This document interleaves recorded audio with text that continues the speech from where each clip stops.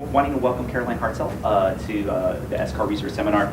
I'm going to do the usual sort of introduction of Caroline. She's a professor of political science at Gettysburg College. She's the founding director of the college's Globalization Studies program. She's the co-author with her longtime collaborator Matt Hottie of Crafting Peace, Power-Sharing Institutions and Negotiated Settlement of Civil Wars, which Dilfruz will know well because she read it in Terrence's in my class. And she's the co-editor also with Matt Hottie of Strengthening Peace in Post-Civil War States, Transforming Spoilers into Stakeholders. Her work's been published in a lot of prominent journals. I'm going to read off a few of them. International Organization, the American Journal of Political Science, the International Studies Review, the Journal of Conflict Resolution, and the Journal of Peace Research, amongst others. That's not all of them. She was a Fulbright scholar in Colombia, where she conducted field research on the economic impact of civil war on Colombia's subsequent economic development. In 2010-2011, she was a Jennings Randolph Senior Fellow at the United States Institute of Peace. And her research and policy work have also taken her to Afghanistan, where she worked to help Afghan stakeholders explore options for the Afghan peace process. Caroline holds a PhD in political science from the University of California, Davis. And I also add two notes on Caroline as well. When she's at Gettysburg College, I think Caroline is a really, really great example of how someone can have a very dynamic research agenda while being at a liberal arts college where you're really focused on teaching. And so to see sort of Caroline's work evolve, this is really, really cool because I've seen her at political science conferences with undergraduate students in tow who are presenting their undergraduate research at a conference, which is just really, really cool. The other cool thing about this is I first saw this work and sort of thought of inviting Caroline to present it here at the Peace Science Society conference, which happens in November of every year. And she presented this work, and there was another presentation on women in civil war by Jacana Thomas and Kenesha Bond. Right. Sorry, Jacana Thomas and Kenesha Bond, was also sort of really interesting work. And Peace Science Society is, as you might sometimes expect from a bunch of statisticians, can at times be older and male and white. And it was very, very cool all of a sudden. For the first time that I can remember at Peace Science, we had presentations on gender and conflict at Peace Science. I thought it was very, very cool that was happening, and I think that was a really good step forward for our field. So with no more further introduction, here's Caroline Hartzell. Thank you. I don't have a podium to hide behind here, so we'll have to see how this goes. So thank you, Tom, for inviting me down here, and thanks to all of you for turning out. This is very much a work in progress, so what I'm really hoping for, too, is feedback from all of you regarding questions. I'll even raise some questions at the end or throughout, so I hope you bear with me. Let's see, I might even turn this to face me the right way. Actually, I think I decided to use this. All right. I thought I'd start by talking a little bit about why this study. As Tom pointed out, for example, at Peace Science, focus on gender and conflict is pretty new. And this isn't to say that people haven't been focusing on gender and conflict. It was actually interesting to me when I went out and started looking among things, a growing feminist literature, for example, on this topic. A fair amount of work in terms of case studies, for example. But as I'll mention again later, I was sure that I was going to find that the questions I had in mind had already been done, at least done in the way that political scientists, cross-national, and actually they hadn't. So this was, something I decided to keep exploring. So in terms of motivations for the study, one of the things I've been interested for a long time is the potentially transformational nature of civil war. Certainly a good deal has been written about this in terms of war, not so much intrastate war, but interstate war. People like Tilly, war makes a state, those kinds of arguments, right? So certainly there's this notion out there that war can be a transformative force. I think there's been a lot more reluctance to talk about civil war as a transformative force, and maybe that's just partly because of the nature of a civil war. It's a society sort of at each other, right? But I do want to explore, and I'll talk a little bit more about this transformational potential of civil war. As far as the women's right part of it, what motivated me to do this? I mean, frankly, women are half the population. They certainly bear worth focusing on, right? Also, and I start very much from this is a point a lot of the feminist literature makes, war has gendered impacts. So if we start from that, then why not look at what those gendered impacts are? Women's rights matter, and here we have growing evidence of this, that women's rights matter in a lot of important ways. They matter for development. Women invest more in their families, children have higher rates of education, lots of growing literature on that. There's a growing literature, and this was interesting to me because I started at this point and I thought, okay, so someone's done the arrow the other way. There's this growing literature on women's rights and conflict onset. So again, a number of studies have found that in countries where women's rights suffer, right, those have a higher likelihood of experiencing the onset of civil war. What was interesting to me then is no one has looked at it the other way. All right, so once you've had civil war, what is the effect on women's rights? And women's rights also, there's some indications, some studies out there suggesting that maybe it matters for conflict recidivism. So if we care about civil wars, about not seeing them start again, et cetera, then maybe we should also care about women's rights. The international community has also been paying growing attention to women's rights with respect to conflict and especially civil wars.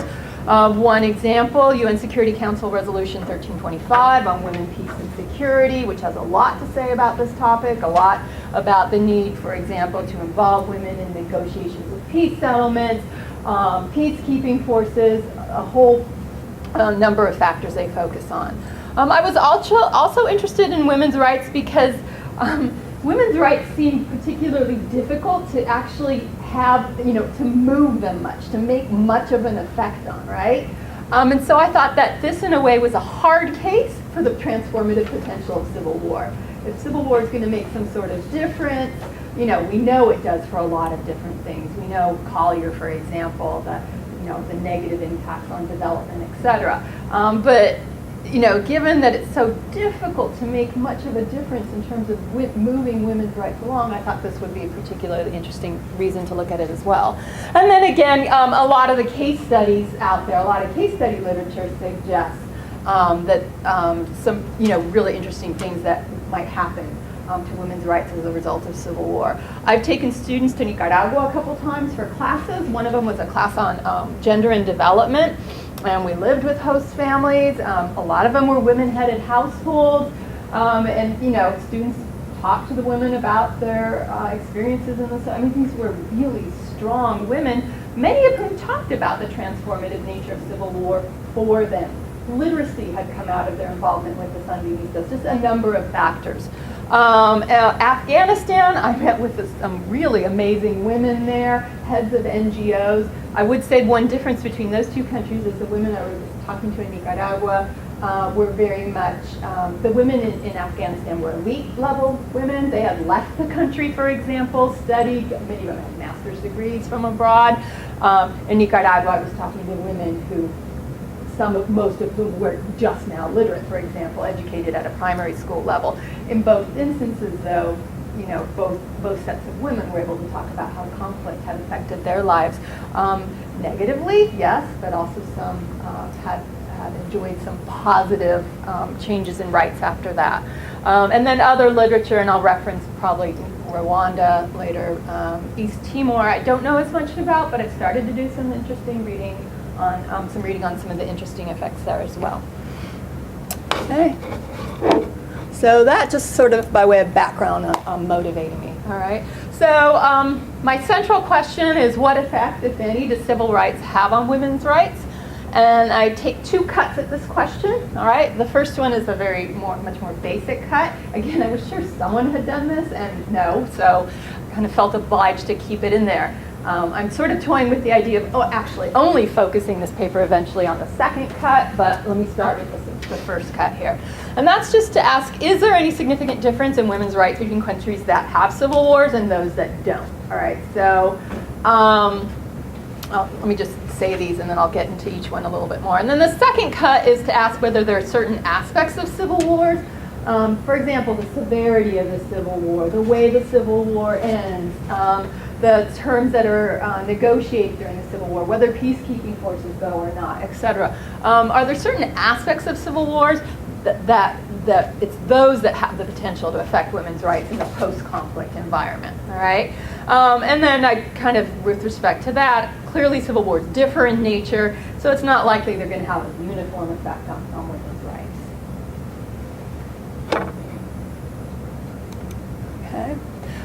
A little bit on women's rights. There are lots of different ways to think of this. There are some empirical studies on Civil War that look at things like certain women, some outcomes related to gender. So effects on health, that's been an issue that has been studied with a fair amount, a growing amount now of literature on the effect, on the gendered effects of Civil War on health, for example, or on education. I wanted something that gets a little bit more kind of my notion is that institutional change might have an impact on things like that, whether women do get access to health care or not.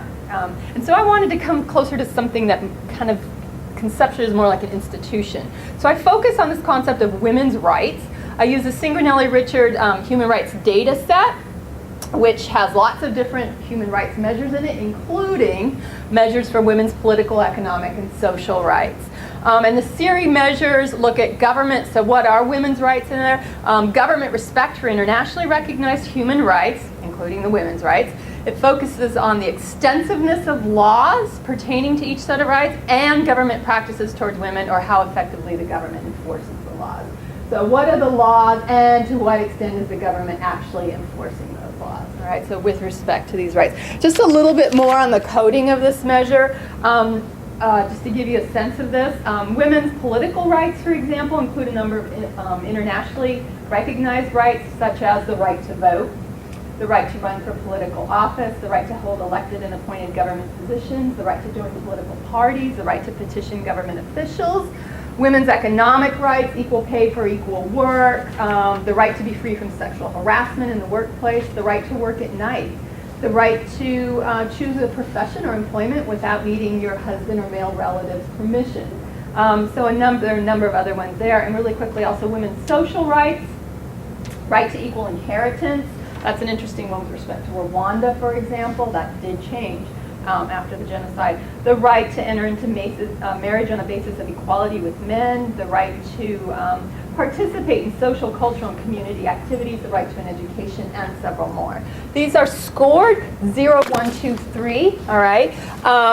If a right in a country year is scored 0, so say some country in some year the right is scored 0, that means there are no rights for the women in the law, and or that systematic discrimination based on sex has been built into the law. A score of 1 means there's some rights under the law, but they're not effectively enforced. 2 means that there are some rights that are guaranteed in law, and the government may be enforcing them to some extent, but still allows some discrimination or still prohibits certain laws in practice, not on the books, but in practice. 3 means nearly all rights are guaranteed by law, and they have been vigorously enforced in practice. So that's just a little bit of background then on the rights measure I'm using. Okay, so here's the first cut at this question. And again, this is just asking, if you look at all countries, some have civil wars, some don't, should we expect that the ones that have civil wars, what kind of impact would you expect to see for that? So there's very little out there, and I think probably because people don't want to say or don't want to think that civil war could somehow have, it's kind of disturbing to think about this potentially having positive rights impacts, for example. So it's actually really hard to find anything on this question. So here's what I dug up. Negative impact on rights. Well, if you look at the literature on human rights, and there is a lot of that's been written on this, a big empirical literature on it. For example, very well known Tate and Keith Poe wrote a lot on civil wars, on human rights. They note that governments are more likely to repress human rights in the face of threats to the regime. So if that's said of human rights, from that I think you can derive the idea that it must be true for women's rights as well. If governments feel threatened by women's activities, that they'll repress their rights, right, during the course of a war. Increased militarization of society. This is something Cynthia Enloe has written about, and here the notion is that in the course of a war, probably the hardcore people come to power, and that with everything associated with that, the military instead of the police force, etc., that's going to also lead to repression of rights. And she actually does talk more about effects on women specifically. All right. Positive impact on rights, and this is just this idea that, well, maybe these institutions that repress women's rights actually fall apart during a civil war, right? They dissolve or they're reshaped, including institutions like those of patriarchy. And this can happen, for example, as during a war, women take on rules of interacting with the state because men are off fighting, because men have been killed, or because men are jailed. And Elizabeth Wood, for example, focuses on that, especially with respect to the conflict in El Salvador, where women did become the main interlocutors with the state during the Civil War there, or an important set of interlocutors with the state, right? So that was the first cut, right? That was just saying, all right, look at all countries. If some have a civil war, what's the effect, right? And then here's the second cut. Do differences among civil wars matter? Here again, there actually are more. It's easier from the literature to actually find hypotheses or things that kind of approximate hypotheses. They're very much competing hypotheses, though. I did decide in each case to plump for a directional hypothesis, all right? So for example, and this is probably the grimmest one, intensity of violence. So here I'm hypothesizing that the more intense the Civil War is, that will actually have a positive impact on women's rights after the Civil War. Why? Mostly, or the main rationale I have for this is a demographic change, all right? What is a demographic change? More men are killed during civil wars because they're still, even though there are countries where women increasingly have participated as fighting forces in civil wars, they are still the primary fighting forces, all right? And the possibility this suggests is that, simply put, there's more space for women in political and economic realms after a civil war. A case that there is some literature on with respect to this, or this argument has been made with respect to, is Rwanda. And how that may have motivated governments. So, where you're talking about that after the end of the genocide, about 70 to 80% of the population then, between the deaths and male imprisonment, was, for the immediate post-war years, was female.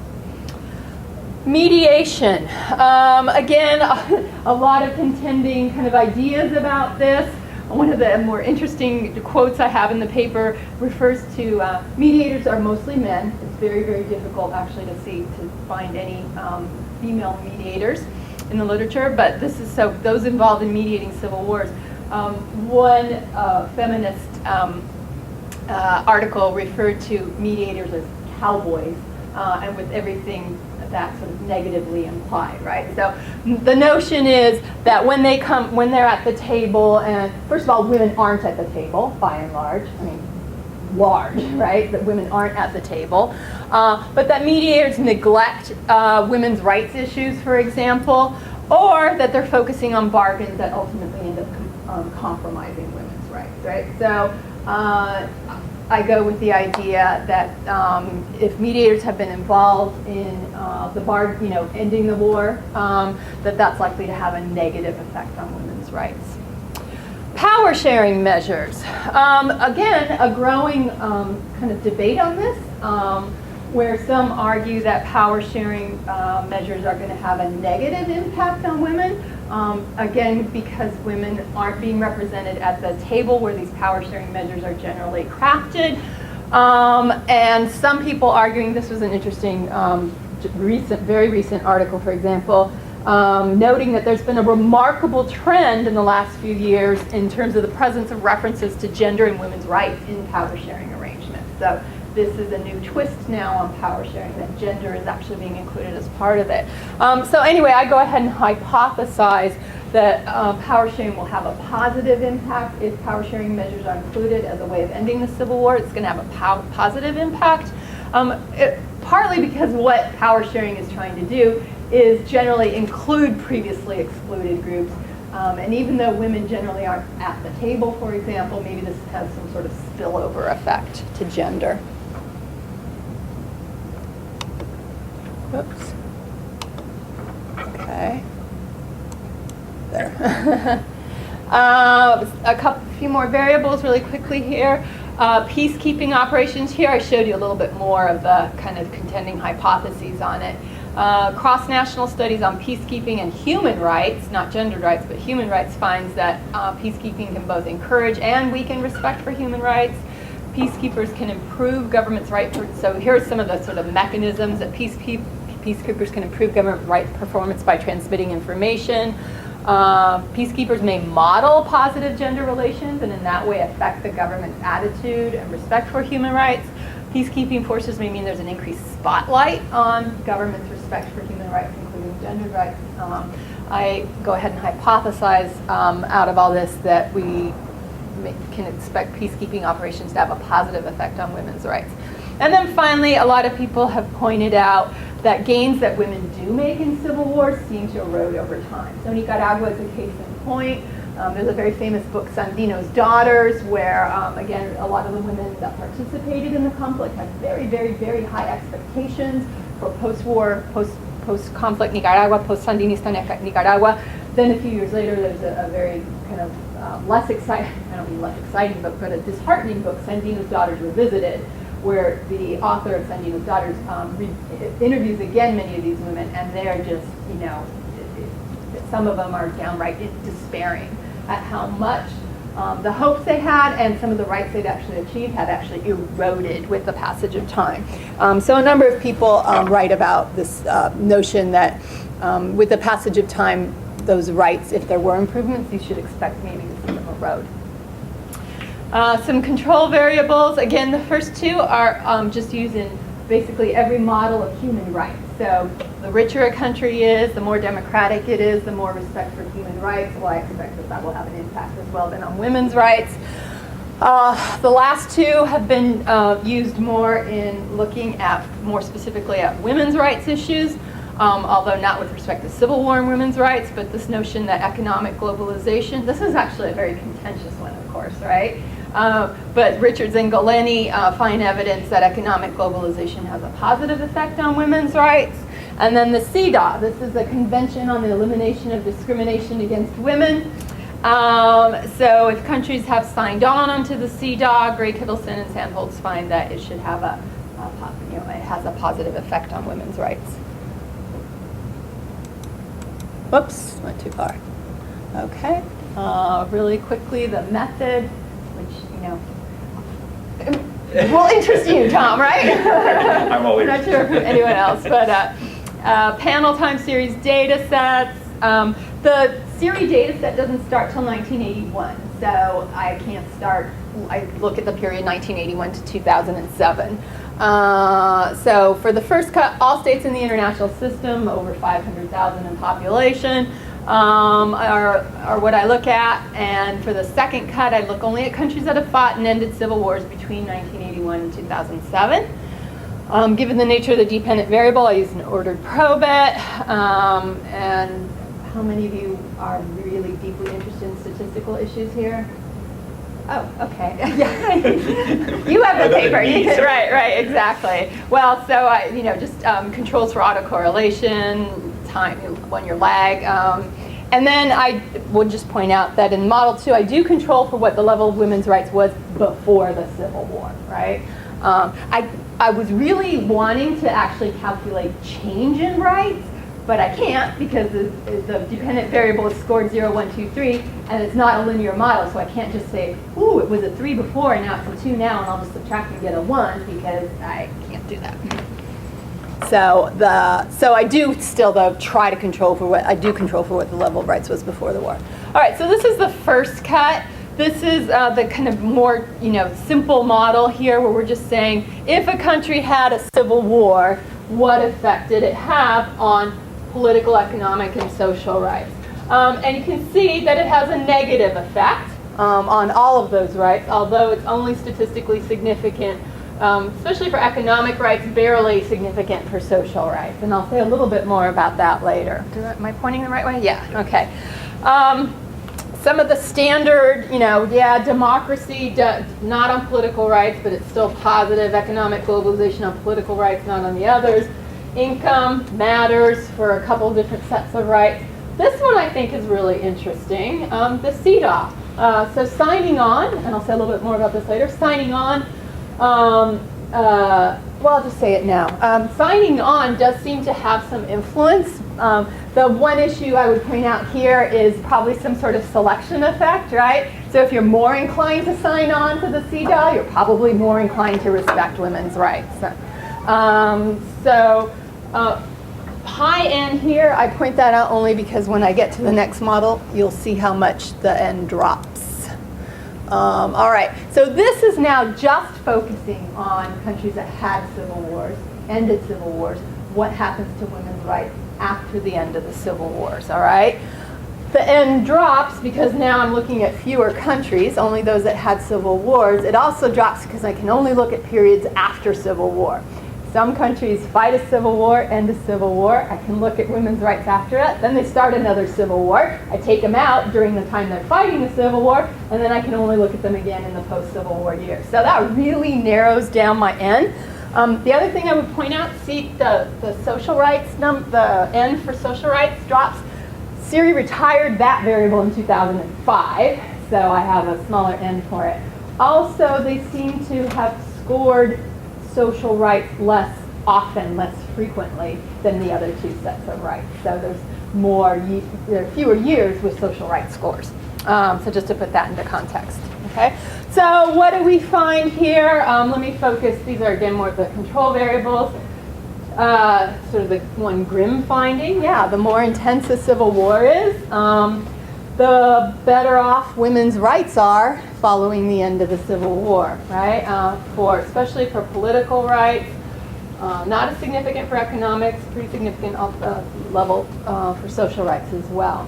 Mediation, the only time that this variable is positive is for economic rights, and mediators have a negative effect on women's economic. The participation of mediators in a civil war leads to negative effects for women in terms of economic rights after the civil war's end. Peacekeeping forces, positive effect on terms of economic rights. That's the only variable that's significant. It is negatively signed for political rights. Power sharing measure, positive for political and economic. Really quickly, in the political rights model, I include a variable for political power sharing. In the economic rights model, I include a variable for economic power sharing. Seems to make sense. Social rights, well, there's no social power sharing variable. I tried it a couple different ways. When I ran it here, I used the economic power sharing. I also tried it with political power sharing. I also tried just power, number of power sharing, because I code for 4 different types of power sharing. I also tried just the number. The higher the number, it does have an effect, but I went with this is more intuitively obvious, I think. Time since settlement, not significant. Negatively signed only in the case of economic rights. And prior level of women's rights does matter for the economic rights. Okay, discussion. So really, again, back to the Table 1 results. So the title of this paper was Scourge or Source of Potential Transformation. So certainly Table 1 suggests civil war is a scourge in the sense that if you have a war, it's bad for women's rights. Okay? We had significant and negative effect for women's economic and social rights. I already talked a little bit about the CEDAW variable. Simmons suggests, this goes along with what she's written on women's rights, that, international law can have positive effect on women's rights. Again, maybe that's a result of selection effects. The control for autocorrelation suggests that if you've had a higher level of respect for women's rights in the past, you're more likely to have a higher respect for women's rights after the Civil War. Makes sense. Reverse causality. Maybe that's, though, partly what's going on here. Civil wars are more likely to take place. We already have evidence in places where women's status is low. So maybe we're just seeing kind of this, magnified onward. Table 2. This suggests that some civil wars, or at least some aspects of civil wars, could have transformative effects on women's rights. So it's both scourge and source of transformation, I would say, civil war. The intensity variable. What I can't tell is whether this result comes from the demographic effects of civil war, whether the fact that it's a lot of men dying in particular, Or maybe there's some psychological shock effect associated with more intense civil wars. Maybe people say, oh, wow, we need to make some changes, and somehow that redounds to women's rights. I don't know what's driving that result. Power sharing, again, this positive effect. That's really interesting, though, because I didn't take gendered aspects of power sharing measures into account because I don't have data on them. I just used my power sharing measures. So it raises an interesting question. Why does power sharing have this effect, right? Probably most of these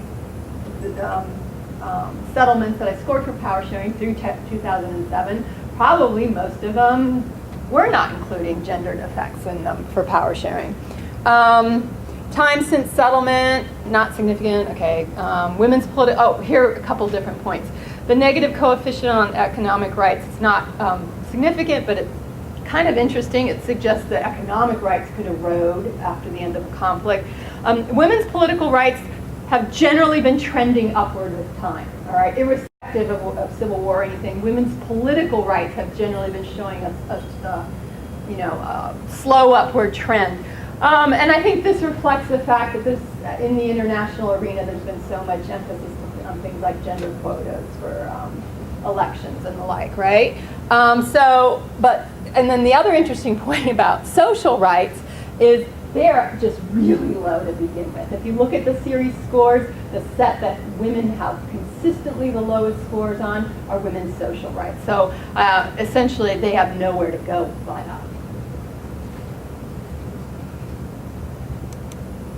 up. Next steps. So I was trying to sit here and think about what would people ask me. So, and some of this comes out of the peace science feedback I got too. All right, what about the means by which a civil war ended?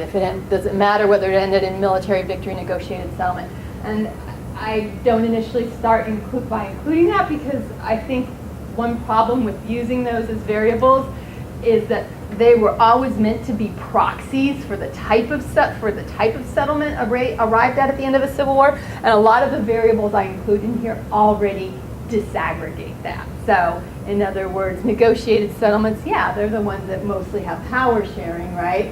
So, if I've already included power sharing in there, why would I want to use something kind of more crude like the way the Civil War ends?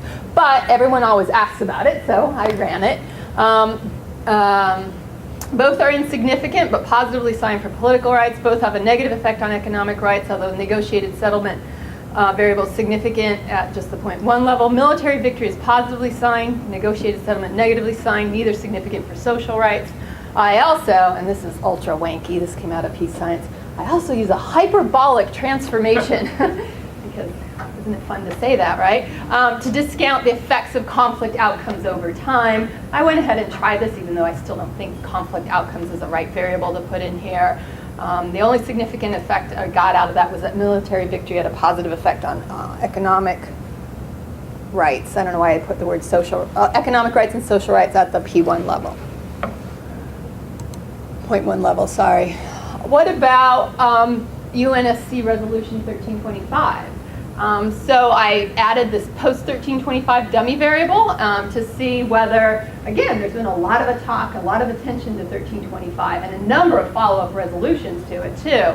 So has this made a difference? It was insignificant, positively signed for political and social rights, negatively signed for economic rights. I think it's just too crude a variable, though. Saying, here's where they signed it, from this point on, has the fact of 1325 not signed, but passing it made a difference. I think I would need to sort of disaggregate that variable more, fine-tune it more to get see if it actually had an effect. I haven't controlled for social variations. This came up at Peace Science. So the only thing I could think of, the only data I had available was to add a control for percentage of the Muslim population, with the notion that others have argued that that could have an effect on women's rights. It only has a significant effect on economic rights. And then one thing I haven't done at all, and if you have any suggestions, is so what about the regime that comes to power? I mean, there's the real differences between the Taliban and the Sandinistas, for example, right? So, and I have no way at getting at some type of measure that allows me to distinguish in some meaningful way among those kinds of differences. So that's it. So No? the way our seminar's been going is someone is a discussant and sort of discuss the paper a little bit, and then we sort of take questions from our audience. I've appointed myself discussant, so I just have sort of a few comments. And Caroline, I'm going to try to write some of this up and sort of send it to you, so that might be more useful. I may actually manage to be a little bit more cogent than I'll be now. So warning, I may not be. Okay, so I think Caroline's work is asking a big uncomfortable question, right? And if you think about sort of the way that places like ESCAR were founded, they were founded on the normative idea that the sorts of wars that Caroline is studying here are sort of have an unmitigated set of negative effects on human life. And Caroline is being sort of brave enough, right, but also sort of willing to ask this uncomfortable question of whether there may actually be, in terms of human rights, in terms of women's rights, positive impacts of conflict, positive impacts of war in the post-war environment. And this is sort of a question that Dilafruz and Lindsay and I and Terrence and other people in Conflict 695 sort of are constantly thinking about, right? Are there, sort of, is this actually a possibility? So just sort of broaching that topic, I think, is a good one. And I think perhaps sort of depending on sort of where the study goes, right, is sort of a needed corrective to the rather understandably dark narrative of the impact of civil war in human life, right? And so trying to understand, I guess, a very, very big question, right, and a very, very big topic. So I really like that about sort of what Caroline's presenting to us today. I'd also sort of add that this connects really, really well to a lot of exciting things that are happening here at ESCAR and at George Mason on the topic of women in conflict. So Leslie Dwyer, and I think I mentioned her name to you, Caroline, is an anthropologist here who has started a center on women in civil war, along with Sandra Chelvelin.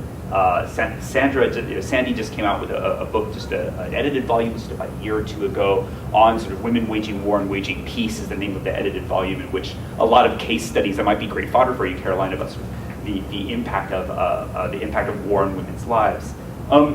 So very, very sort of kind of cool links to our work. So I really love the question. I think it's a good time to be presenting it here. So I have a couple statistical questions. I'm not going to sort of that we could talk about sort of privately. I think we have the two statisticians at ESCAR are in the room. But I'll sort of so just point out just a couple of quick sort of things and thinking about the project. Okay, so the first kind of major question I have is the idea of what's the dependent variable, right? So what are you trying to explain? And so the Siri data, right, are sort of well known, right? Their ability to sort of actually quantify, and this is a good sort of object lesson for our students, bless you. It is the ability to quantify things that we usually think of as being unquantifiable, right? The status of women in society, for example. And I think that the Siri data are very, very cool, right? So they allow us to take a quantitative look at this thing, in which we wouldn't otherwise. But I want to kind of go back to conceptual underpinnings for a second to think about what you're really about here, right? And I'm going to start by thinking about Cuba for a second, right? So Cuba might be sort of, we can definitely think of Cuba as being a transformative war in a lot of different ways, right? In terms of women's rights, the Cuban regime comes to power and expands women's rights, at least formally. But I believe, I'm going to get the timing of this wrong, mine's like a sieve these days, but I think sort of the first woman joined the Central Committee of the Cuban government in like 1986.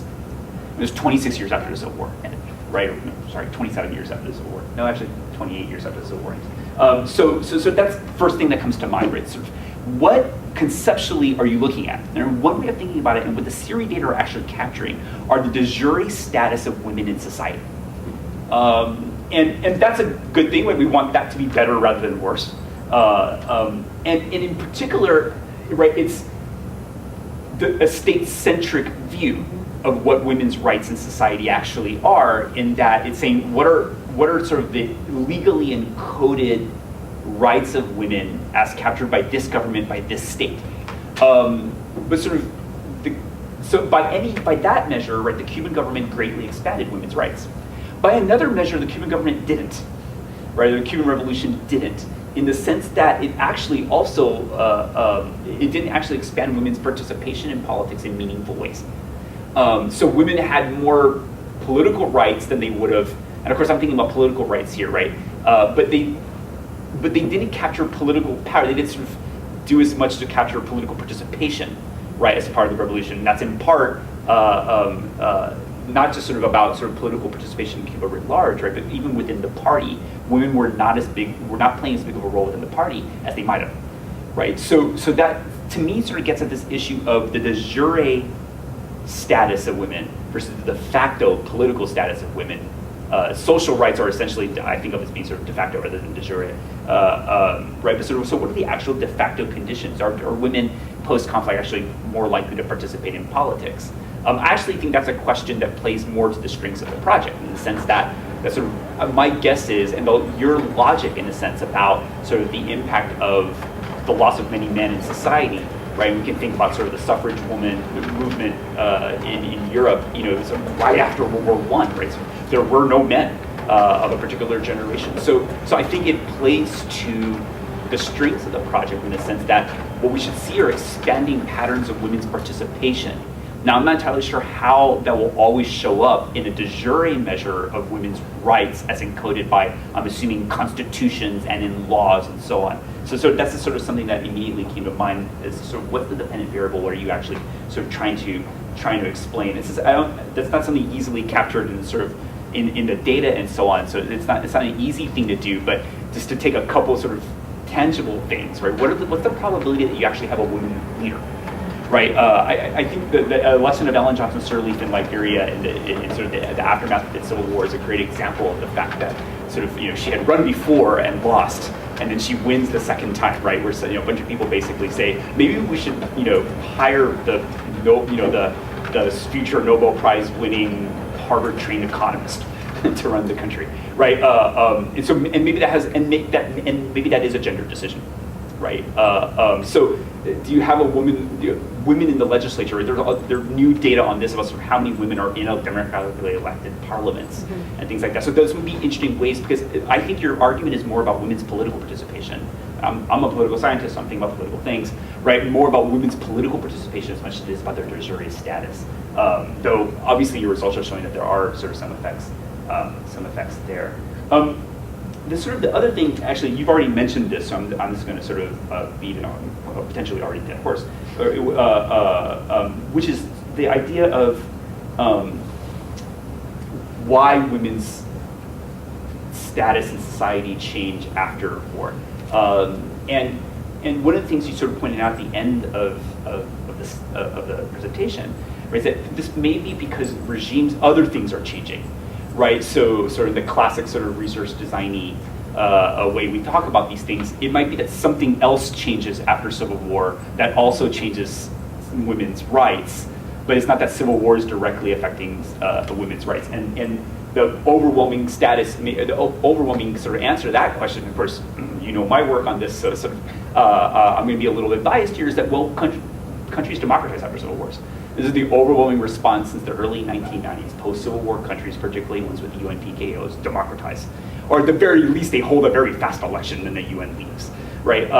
And so I wouldn't be surprised if part of what's going on is that you're getting some of the results you're getting because women's status in society, at least temporarily, goes up because there's sort of a very quick UN-supported, international community-supported liberalization of the official rules of society, right?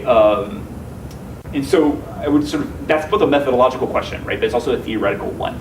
Sort of is the sort of the causal story you want to tell, right? This is an alternative to one of the main causal stories you tell, sort of which is this is the grisly one, right? The sort of the loss of men is sort of raises the status of women. A different one of these is that political regimes change after civil wars, and that changes the status of women in society. So this is sort of an alternative sort of theoretical sort of apparatus to sort of think about what you're thinking. So, okay, so there's a couple quick comments, and I have others for you, but we can sort of think about those, and I know, so I'll hopefully have a chance to read this again in the future. So that leaves room for people to be asking questions of Caroline themselves. So you can just recognize yourself and maybe introduce yourself and see what you'd like to ask. So anyone like to get us started? Go ahead, Lindsay. Hi, I'm Lindsay. I'm a master's student here at SMART. One of the questions that I have two questions, but the first one is about kind of your coding and what you counted as a civil war. Like, was it a determination that you made, or was it something that someone else made, or how did you define that? So I have a data set on civil wars and power sharing, and I started with that as the basis. And I use a standard correlates of war level. So I don't do the 25, I do that 1,000. My other question was, I was really interested in this in terms of something that you found when you were talking about that during the mediation, that women aren't at the table, and so women's rights aren't part of the focus. One of the things you said was that women's rights are compromised on behalf of the peace agreement. I was wondering if you could talk about that and give an example of that. So that's an argument that some feminist studies, for example, on conflict and gender and conflict have made. That some of the agreements that are made are ones that are going to compromise women's interests. I think especially they seem to focus a lot there on economic rights. So women become heavily involved in the economy during a war. There's extra burdens on them because of that and everything. But the notion is that participation in formal markets can also be a way to get recognition and get more rights. And that one of the things that happens at the negotiating table is that this greater participation by women is just virtually ignored. And so when you make agreements on dividing up, for example, in terms of power sharing, maybe different forms of economic power sharing, women are totally sidelined or totally marginalized, or the kinds of arrangements you make, like divvying ministries, that you get the diamonds, that kind of thing, just works to the detriment of women. So that would be the kind of argument. Others? Thank you very much for your wonderful presentation. My name is Tetsu Shioma. I'm a PhD, and I'm also affiliated with genocide, field of genocide studies. And I was fascinated by the topic of demographic change in the case. And then I can imagine two different kinds of responses coming out from genocide itself. And then those people who consider genocide to be different from civil war. And others, more recent trends in genocide studies where people see genocide as part of the broader spectrum of political violence. So the latter camp, I would imagine that they would find this interesting to see trends of civil war. But looking from also this former camp, where people see clearly different nature. This is a more question of curiosity. And looking at this moral equivalence discussion in the formal category, we should see trying to in a lot of people where people see genocide studies to be part of political violence. We should see this more contribution of, let me rephrase this. We should see this, your definition of civil war related to political violence, where the genocide scholars, more of the genocide scholars today see. So is your point that maybe we would actually want to distinguish genocide from civil wars? That maybe if I had it coded for an event called genocide, of course there aren't that many, arguably, right? But if I had coded for that maybe genocide as a variable would have a distinguishable impact from civil war as a variable? And yes, that too, and also you're looking at the cases as a frame of civil wars. And then I would consider that there are people in the genocide field who would consider your cases not necessarily as civil wars, right, but political violence. Right. And then right. So you have there's I'm sure there would, yeah, and there are debates regarding those. I mean, in the Civil War literature, essentially as long as there was some effective resistance by the other side, it gets coded as a civil war. So that would be why the case of Rwanda, by people who study civil wars, is considered a civil war, because there was at least enough effective resistance on the other side that I mean, you know, it's kind of icky to be talking about coding rules with respect to this stuff, but by those coding rules, it fits the case of civil war. So that's why it's in there. It's in almost every Civil War data set that I know of. That's true. I mean, I think what Katsushi's point brings up maybe is that there are also sort of ways of thinking about sort of like, for example, one-sided political violence, sort of its impact. And there are more cases of that if we just think of one-sided violence opposed to genocide, right? Sort of, you know, we can debate sort of whether a particular case is a genocide or not, but sort of there is also one-sided political violence that may also shift the patterns in ways here.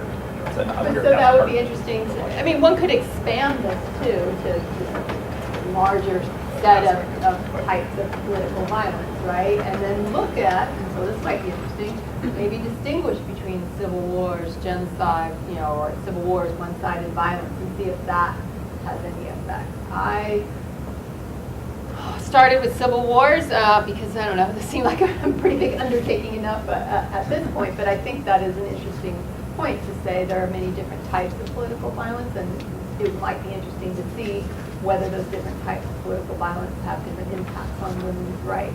I'm, you know, still wrestling with the question of the transformative potential for civil war. So I think that's a pretty big question. So I'm just going to start with that focus right now. But I think, you know, good graduate student projects, someone can broaden this to different types. Someone in political 695, for violence. example. Yeah. So my name is Dylan Cruz Cornaboyeva. I'm a master's student here. Thank you again for coming. This is wonderful.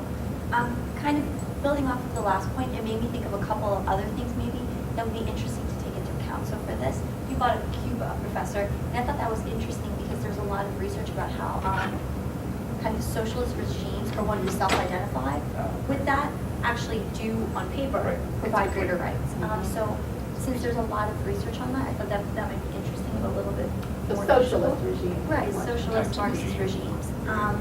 And other things along that line, I thought another thing would be interesting would be maybe to take into account the agency of women and kind of asking for these rights afterwards. You know, this is something we're talking about. So are they put into place because of the peacekeeping operations? Or is it because these women afterwards were like, well, we were fighters, you know, we had weapons, we delivered food, something like that. I don't know how you, I have no idea the feasibility, but something that sparked an interest in my mind. That was actually at Peace Science. I had this slide, sort of last thoughts, and one of the things I said was, you know, there are a number of civil wars where women were a significant proportion of the fighting force, and it would be really neat to be able to see what effect that had. And then the other presentation, they are on, you know, this massive undertaking right now of coding for women's participation in civil wars. So someday that data will exist. It doesn't now. I don't think I want to wait till it exists. But the other thing that's interesting about what you said about women's agency is, as Elizabeth Wood, for example, writes that one of the ways that civil war, one of the effects, transformative effects of civil war can be that, you know, as women, for example, have to step up and interact with the state, but just the number of organizations that women form as a result of civil war. Sometimes there's sort of survival mechanisms, right? So this is a little bit different, but this is more in reaction to structural adjustment. La olla comunal in Peru, for example, and in Bolivia, where women didn't have enough food, so they'd all get a communal pot and throw in and feed their children that way, right? So, you know, their economic necessity out of structural adjustment prompted that, but sort of the notion that civil war, but then, you know, again, that is a product of civil war. So again, that's sort of the transformative effects of civil war.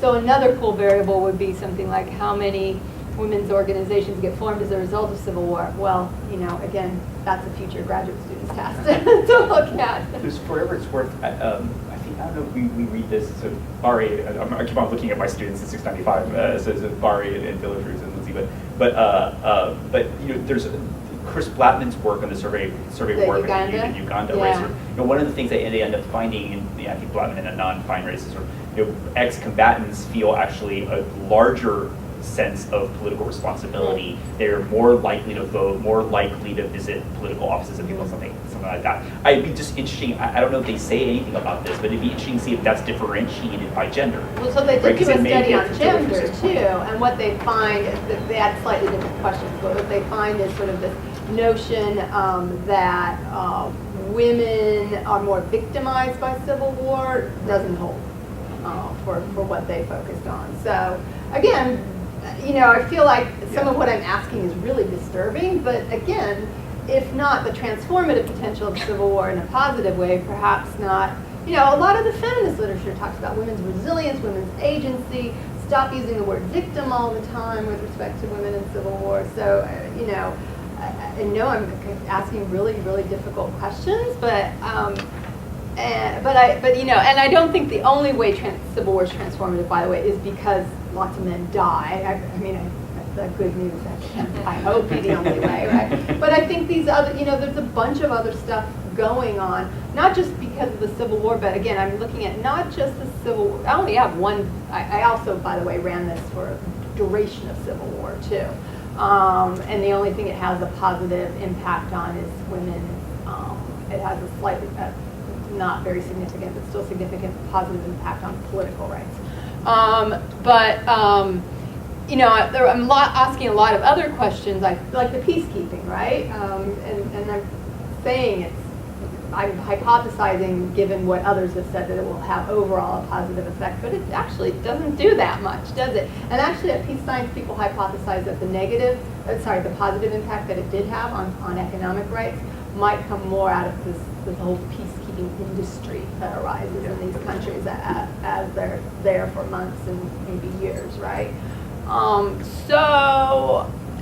Other things like the way the war do you have power sharing measures as part of it, et cetera? There are lots of different ways, I think, in which civil war can transform, not just because it kills a bunch of people, it kills a bunch of men, right? Also, the other interesting thing about civil wars is women then die at higher rates after civil war than men. Right.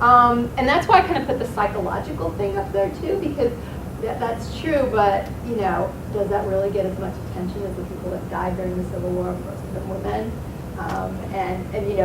There's what has the bigger shock factor maybe, and thus ability to get governments to actually change rules, etc. I don't think the fact that women died in large measure after civil wars is getting more attention, but more by scholars and NGOs and the like than necessarily government saying, well, damn, we better change our ways and give women better rights now, right, because of this. That's a question for here. In that case. I'm Elizabeth Mount. I'm affiliated with the Gender Center here at SCAR. And I'm sorry if I come in a little bit late.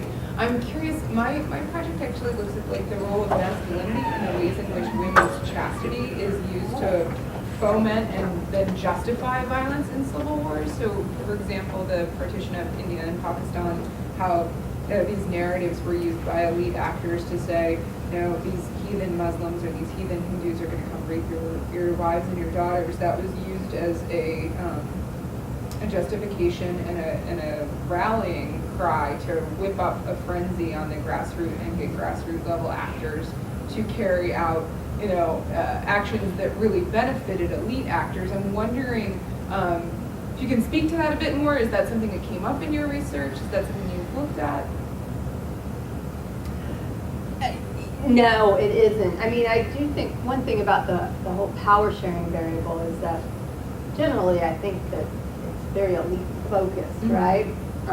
But that's more at the end of a war.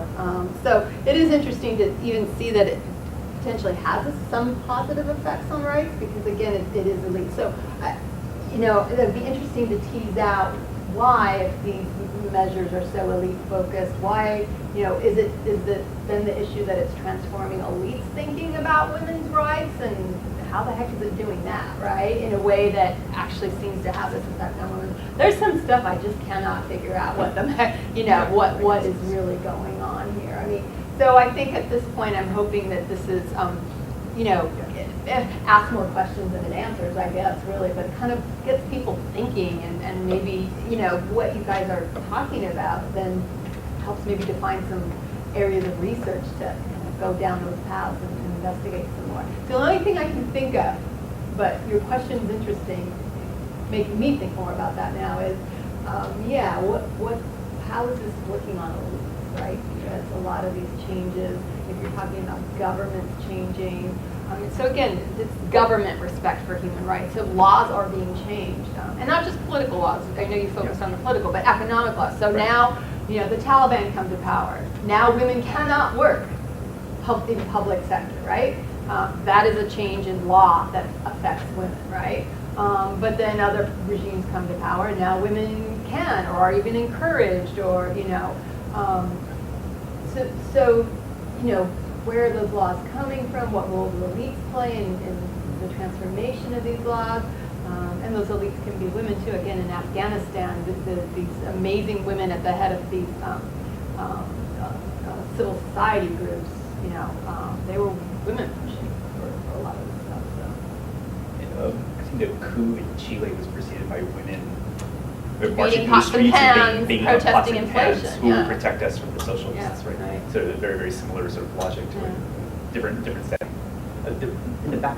Yeah, my name's Kate. I interned for Genocide Watch. So you spoke a little bit about how you were able to look at regions after Civil War, but when they re-entered Civil War, if they re-entered Civil War, you kind of stopped and then you picked up again after.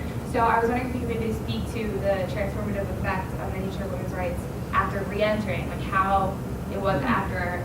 Yeah, I don't code for that. That's a really, so you could look at what effect if they had multiple civil wars might that have, right? One of my hesitations or one of my problems is that the second thing I'm looking at, the N is so low, I just can't put a whole lot of variables into the model because it's just too many variables. I mean, we're talking about with the social rights, and then of 200 and some, and with the others 300 and some. So I'm somewhat limited in what I can do in every model. I mean, I guess I could try and run. So I could try to run a model where I look at, maybe take another variable out and put that one in and look at whether repeat civil wars, because that is an interesting question. I mean, if I'm arguing that it's transformational, what does repeat? So is that ultra transformational? I don't know, or, I don't know. It's a good point. Anyone have any other questions? Jill, first. Sorry, I have another one. Just thinking about it at the framework level, I don't know if this is the right way to phrase it, but like organic transformation versus kind of inorganic, like imposed. So something like a peacekeeping operation we've talked a lot about in class is, are they kind of imposing maybe a Western liberal idea down, and so you see this change because of that, or you see this kind of like talk about that because of that, as opposed to where things like population, right? There are not that many young men, so you kind of see this push for women to join the workforce. It's very organic, right? It's a natural thing. So do you think that's worth making a distinction, or? That's really interesting. That might be this thing where I try to look at, I did it with, sorry, let me go back here, where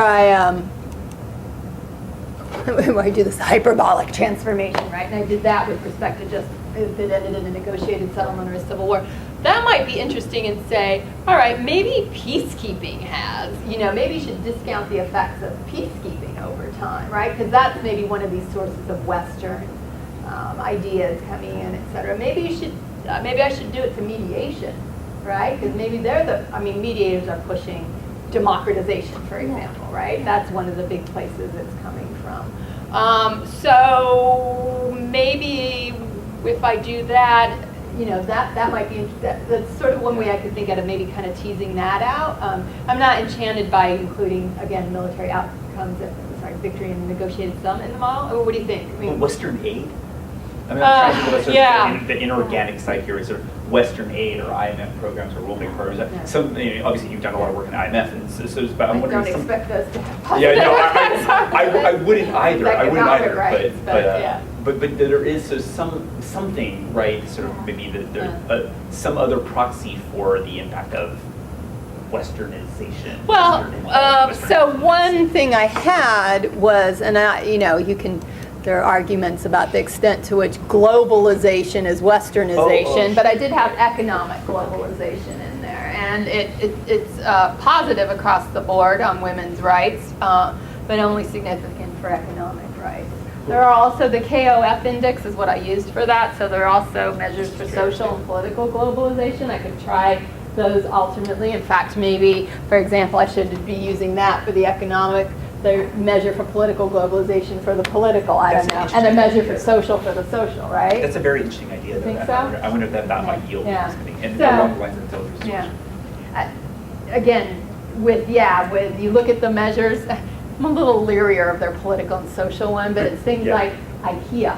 So I mean, they're very Western centric, right? Number of McDonald's, number of IKEAs, number of stuff That's like actually that. always been my criticism of that measure, Yeah. but actually it plays exactly into this discussion. So IKEA was So their that's a attempt to risk. make it less U.S. centric. It's like, wow, okay, IKEA, you know. Right.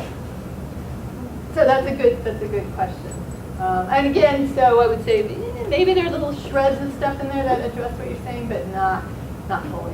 So, Okay, well, barring more questions, thanks a lot to Caroline for coming, and thanks for our audience for attending. So thanks a lot. thank you for the feedback.